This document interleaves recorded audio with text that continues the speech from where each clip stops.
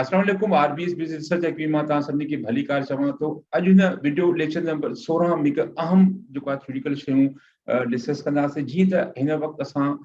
Video number 15 जी part A ऐं part B में असां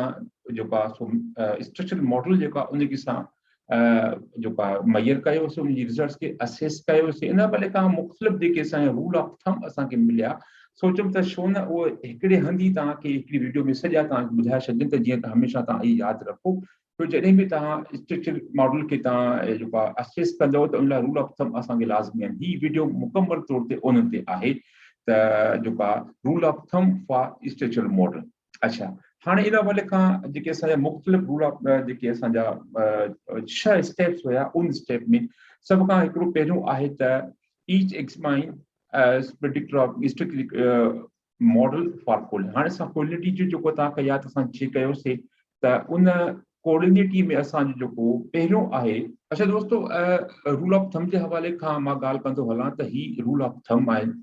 ठीकु आहे। ही के साइंटिफिक रूल्स न आहिनि, पर जेकॾहिं का डेविएशन थी वञे रूल ऑफ थंब जे मुक़ाबले में, को वायलेशन थी वञे, कि तव्हांखे प्रॉपर का जस्टिफिकेशन आहे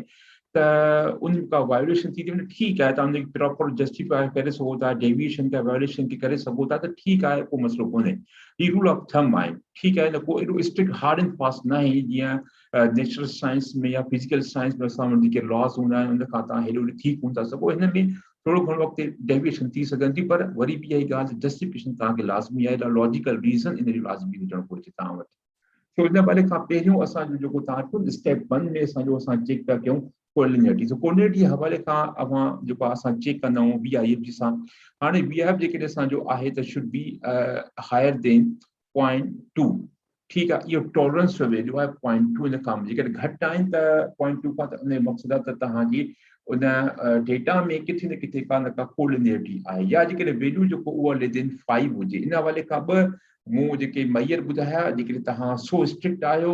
जेका त भई 3 खां घटि आहे त तव्हां जेके पर थोरो तव्हां जेके न रिलैक्स रहो पाण में, त खे त तव्हां 5 ताईं आहे, जेकॾहिं कुझु वरी लिखंदा 10 ताईं बि आहे, पर जेके 3 जेके आहिनि में बहितर आहे जेकॾहिं तव्हांजो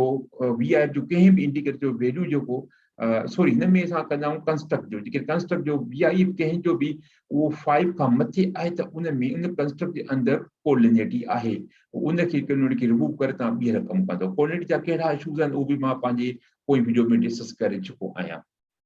हाणे की कजे, उन लाइ हिकिड़ो आहे त एलिमिनेटेड कंस्ट्रक्ट खे एलिमिनेट करे छॾियो, या मर्जिंग इनटू द कंस्ट्रक्ट, ॿिए कंस्ट्रक्ट मर्ज करियो, या हाई ऑर्डर जेको आहे उहो जो कंस्ट्रक्ट उहो क्रिएट कयो, त जीअं तव्हां इनक्वालिटी जी प्रॉब्लम खे हल करे सघो, ठीकु आहे। अच्छा, उन खां पोइ असां ॻाल्हि कईसीं त भई सिग्निफिकेंट रिलीवेंस जेको आहे उनखे उहो असां मेजर कंदा आहियूं बूटस्ट्रैपिंग जी मदद सां। हाणे बूटस्ट्रैपिंग जो जेके वेरिएबल उहो घटि में घटि 500 हुजणु घुरिजे, 5000 जो घुरिजे, ऐं जेको आहे जेकी उन में ऑब्जर्वेशन्स आहिनि, ठीकु आहे। ऐं क्रिटिकल जेके वैल्यू टी वैल्यूज़ उहे जेको आहे 2 टेल आहे त 1.56 जेको आहे उहो आहे तव्हांजो 10% जे लाइ, ऐं 1.965% आहे, ऐं 2.57 तव्हांजो 1% 99% चेक करण करे। ख़ासि तौर सां एक्सपेरिमेंट जॾहिं कंदा आहियूं उन नेचर में असां 1% या 99% असां कंसीडर इंटरवल रखंदा आहियूं, ऐं जॾहिं असांजो स्टडी एक्सप्लोरेटरी नेचर जी हूंदी आहे त उहा असां 90% या 10% रखंदा आहियूं। बाक़ी जेको नॉर्मल जेको असां स्टडी कयूं था उहो बहितर आहे 5 पॉइंट या 95% कॉन्फिडेंस इंटरवल रखूं असां उनजो। अल्टरनेटिव जेके तव्हांजो जेका 1 टेल आहे त उन में साॻियो ई आहे, त भई तव्हांजो below 10.15 significance level 10% आहे, 0.05 significance level 5% आहे, 0.01 जेका उहा 1% आहे, ठीकु आहे। इन एप्लीकेशन जेको आहे यूजुअली असां जेको आहे 5% असां कंदा आहियूं। अच्छा, हिते मां तव्हांखे ॻाल्हि ॻाल्हाईंदो आहियां 5000 जेको असां जेको आहे, इन हवाले खां मां तव्हांखे हिकिड़ो असां वटि जेका रेंज हुई जेका तव्हां यादि हुई त 500 पर रखूं बार बार, छो जो 5000 ॾेई रखूं त उहो तमामु घणो टाइम थो वठे। सो वीडियो रिकॉर्ड करण में असां 5000 रखंदासीं त वीडियो काफ़ी वॾी थी वेंदी, घटि में घटि 10 खां 15 मिंट 5000 जेके सभु सैंपल कैलकुलेटर लाइ टाइम वठी, डिपेंड कयो तव्हांजी मशीनरी ते बि जेको कंप्यूटर जी आहे।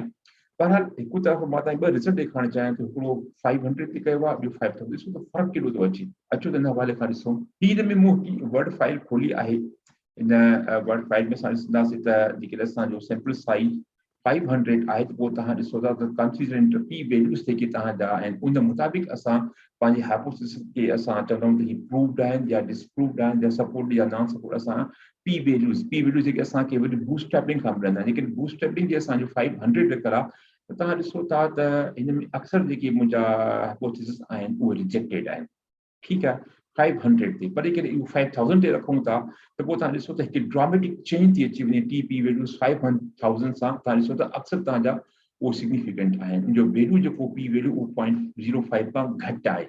सो इन करे कोशिशि कयो त जेकॾहिं बि तव्हां बूटस्ट्रैपिंग कयो था त उनजो घटि में घटि जेको आहे 2000 हुजे घटि में घटि लेकिन 5000 ते कयो त अञा वधीक बहितर थोरो इंतज़ारु करे वठंदो पर रिज़ल्ट्स तव्हांखे बहितर मिलंदा इन कंपेरिजन के तव्हांजो बूटस्ट्रैपिंग जो 500 सैंपल आहिनि सो ही जेको मां पाण तजुर्बो कयो मन मां गुज़रियुमि मां सोचियुमि तव्हां सां बि इनखे शेयर कंदो हलां ठीकु आहे वरी असां पंहिंजे इन टेबल ते अची वियासीं अच्छा हुन खां पोइ आहे बूटस्ट्रैपिंग कॉन्फिडेंस इंटरवल ठीकु आहे हाणे इन में आहे त interval provides additional information on stability of path coefficient. The path coefficient वो केतिरा stable आहिनि इन वरी खां bootstrap confidence interval असांखे इहो ॿुधाईंदो आहे when models are not complex एक मॉडल कॉम्प्लेक्स आहे मिसाल में हिकिड़ो डिपेंडेंट वेरिएबल 3-4 आहिनि कंस्ट्रक्ट आहिनि ठीकु आहे न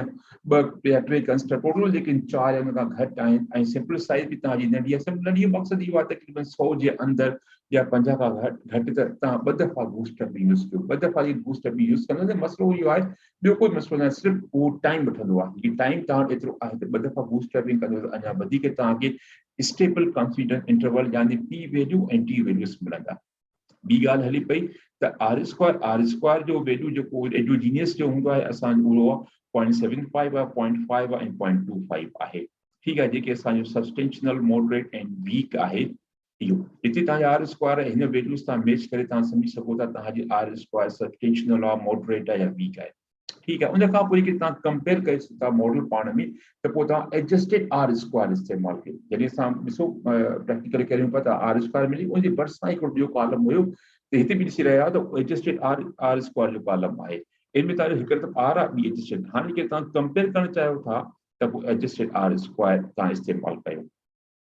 उन खां पोइ आहे त इफेक्ट साइज़ जेको आहे हाणे उन जा वैल्यूज़ बि तव्हांजो आहे त 0.02 आहे 0.15 आहे ऐं 0.35 पोइ वीडियो में तव्हां ॾिसी आहियो उन जा हाणे इफेक्ट साइज़ जेको तव्हांखे मिले थो जेको R square included in R square excluded divided by the जेको तव्हां इन फॉर्मूला मुताबिक़ या ही फॉर्मूला इन फॉर्मूला जेको तव्हांखे रिज़ल्ट मिले थो उनखे तव्हां कंपेयर कयो त किथे तव्हां जेको फॉल कयो था जेतिरो तव्हांजो 0.02 खां जेतिरो मथे हूंदो ओतिरो वधीक बहितर आहे प्रिडिक्टेड रेलेवेंसी असां बि चेक कईसीं पोइ वीडियो में तव्हां ॾिसी आया हो त जंहिंमें असां ब्लाइंड फोल्डिंग टेक्निक इस्तेमालु कईसीं ऐं जंहिंमें असां ओमिशन जेको असां डी जेको 7 हुयो अच्छा डी जेको बि तव्हां रखो उहो 5 खां 10 उन जेका रेंज आहे सो हिते 5 खां 10 रेंज आहे पर इहो इंटीजर न हुजणु घुरिजे ठीकु आहे मैथमेटिक्स जो कॉन्सेप्ट आहे इंटीजर न हुजणु घुरिजे बाक़ी जेको बि वैल्यू तव्हां रखो 5 इन करे बहितर इहो आहे 7 जेको आहे उहो सजेस्ट कयो वेंदो आहे अच्छा इन हवाले खां रेंज जेका क्यू स्क्वायर जी वैल्यू 0 खां मथे आहे त उहो exogenous construct has a predicted relevance हाणे उन एक्सोजीनियस कंस्ट्रक्ट जेको रिफ्लेक्टिव हुजणु घुरिजे उनखे प्रिडिक्टेड रेलेवेंस आहे ठीकु उन खां पोइ इफेक्ट साइज़ क्यू स्क्वायर बि असां कईसीं ऐं जंहिंजो वैल्यू बि असांजो साॻियो एफ स्क्वायर वारो जेको हुयो 0.02 0.15 ऐं 0.35 इन जे लाइ बि साॻी फॉर्मूला हुई जेका तव्हां हिते ॾिसी रहिया आहियो फॉर्मूला जंहिंमें हुन में असांजा एफ स्क्वायर हुया हिन में असांजो क्यू स्क्वायर आहे इंक्लूडेड एक्सक्लूडेड साॻियो फॉर्मूलो उन तहत तव्हां करे इन सां तव्हां कंपेयर करे सघो था त किथे तव्हां फॉल कयो था ठीकु आहे आख़िर में जेके थ्योरी टेस्टिंग जी कयो था त पोइ हुन में SRMR RMS या एग्ज़ैक्ट फिट टेस्ट आहे इहे तव्हां करे सघो था ठीकु आहे following conservative approach SRMS value 0.08 ये इंडिकेट कनि था गुडनेस ऐं इनखे गुडनेस ऑफ इट इंडाइसिस अहिड़ा का मॉडल फिट न हूंदा आहिनि दोस्तों ही पूरा रूल ऑफ थंब जेके मां ज़रूरी सम्झा तव्हां साम्हूं रखूं हिकिड़ी वीडियो में त पूरो स्ट्रक्चर जेको मॉडल खे इवोल्यूशन करण लाइ जेके बि रूल ऑफ थंब आहिनि तव्हांजे ज़हन में अची वञनि ही जेके पूरी टेबल आहे एग्ज़िबिट 6.8 हिन किताब जेको इमेज अची रहियो आहे इन मां मूं वरिती आहे ऐं जेके तव्हांखे ज़रूरत में हुजे तव्हां मूंखे ईमेल कयो हिन ईमेल एड्रेस ते त जीअं मां तव्हांखे इहे पुॼाए सघां किताब जेको आहे उनजी सॉफ्ट कॉपी ठीकु आहे हाणे हिकिड़ो ॿियो थोरो प्रैक्टिकल मां तव्हांखे करे ॾेखारियां त असां जॾहिं स्मार्ट अचो थोरो पहिरियों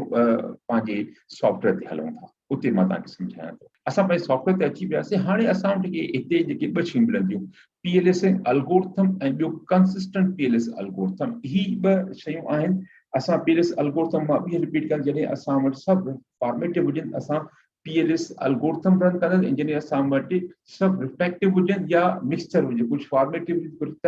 रिफ्लेक्टिव हुजनि, त इन सूरत हाल में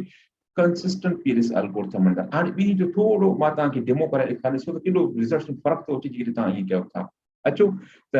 असां जीअं मुंहिंजा सभु जेके रिफ्लेक्टिव, पर असां हिन ते फॉर्मेटिव PLS एल्गोरिथम रन कयूं था, पोइ ॾिसूं छा थो थिए।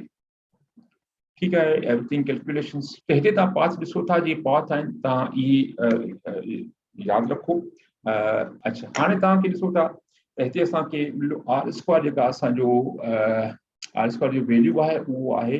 0.29, मीन्स 29% आहे। ऐं मीडिया जो इम्पैक्ट तव्हां जेके बि इम्पैक्ट तव्हां ॾिसी सघो था, इहे असां वरी जेको आहे हिकु तरफ़ असांखे इहे रिज़ल्ट मिलिया। हाणे असां छा था कयूं, जीअं त असांजो हीउ पूरो रिफ्लेक्टिव आहे, त असां हिन ते जेको आहे स्मार्ट PLS जेको एल्गोरिथम आहे तव्हांजो, असां उहो हिन ते रन कई आहे PLS एल्गोरिथम। पर एक्चुअली असांखे रन छा करणो हो, असांखे कंसिस्टेंट PLS एल्गोरिथम, उहो रन खे ॾिसो त रिज़ल्ट सां कहिड़ा था। हाणे ॾिसो दोस्तो, सभ खां पहिरियों केॾो हिकिड़ो असां सभ खां पहिरियों R स्क्वायर खे ॾिसूं था। असां जॾहिं पोइ खे कयोसीं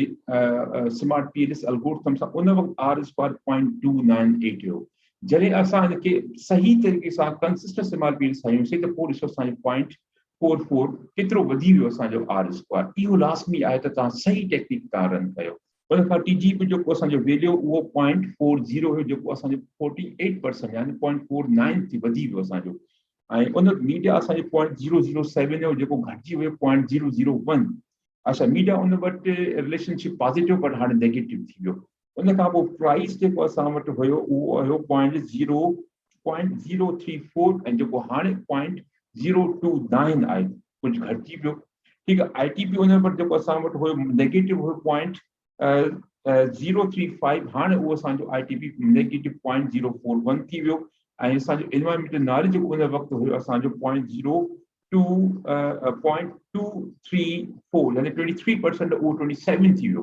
त इन करे लाज़मी इहो आहे त तव्हां जेका सही टेक्निक सही रन कयो, पंहिंजे कंस्ट्रक्ट खे ॼाणो, रिफ्लेक्टिव आहिनि या फॉर्म, उन मुताबिक़ तव्हां टेक्निक हणंदो, तव्हांजा रिज़ल्ट बहितर ईंदा। त नतीजो छा निकिरंदो, तव्हांजा रिज़ल्ट उहे बहितर न ईंदा। ठीकु आहे दोस्तो, हीउ ॾाढो अहम हुओ जेको मां तव्हांखे सम्झाइणु चाहियां पियो। पंहिंजे बार बार कमु करण स्मार्ट PLS ते मूंखे कुझु तजुर्बात थिया, ज़ाती तजुर्बात, मूं सोचियुमि तव्हां सां बि शेयर करे वठूं, त जीअं तव्हांखे बि इन हवाले खां फ़ाइदो मिले। ठीकु आहे। हिते अॼु इन ट्यूटोरियल वीडियो नंबर 16 जेके असां पूरो कयूं था, जंहिंमें असां rule of thumb for structural model discuss कयासीं। हुते कयां थो हीअ वीडियो बि तव्हां लाइ बहितर साबित थी हूंदी। ऐं इन हवाले खां पंहिंजो ख़्यालु रखो, चैनल जो बि ख़्यालु रखो, लाइक कयो, सब्सक्राइब कयो, शेयर कयो, जीअं वधि खां वधि इहो मैसेज जेको आहे ॿियनि दोस्तनि ताईं पुॼे। तव्हांजी तमामु वॾी महिरबानी।